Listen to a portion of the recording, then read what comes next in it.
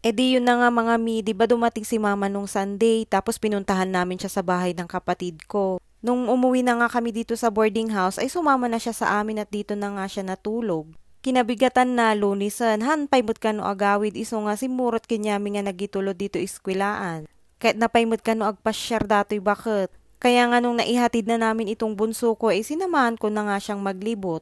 Dito lang naman kami sa malapit sa school nag-ikot-ikot.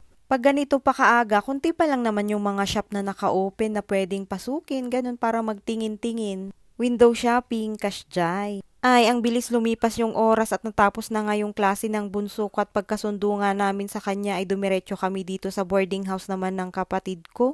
Kaya't pa'y kanumat ni mama nga dalawon mo dato'y may nga apo na mata nabayag mo't kanungahan na nakitan. Ay, gumagawa pala ng Graham balls itong hipag ko. Kung gusto nyo mag-order kayo sa kanya, i-PM nyo lang ako. Hehe. Uy, masarap, tsaka garantisadong malinis. O, idi umuligayam ni mama at dadala na nga gulgulay, kadwa na dato'y piyas. Nalagip ko di na pa nagpalingki matangak dato'y salmon, isupin ng sigang ko.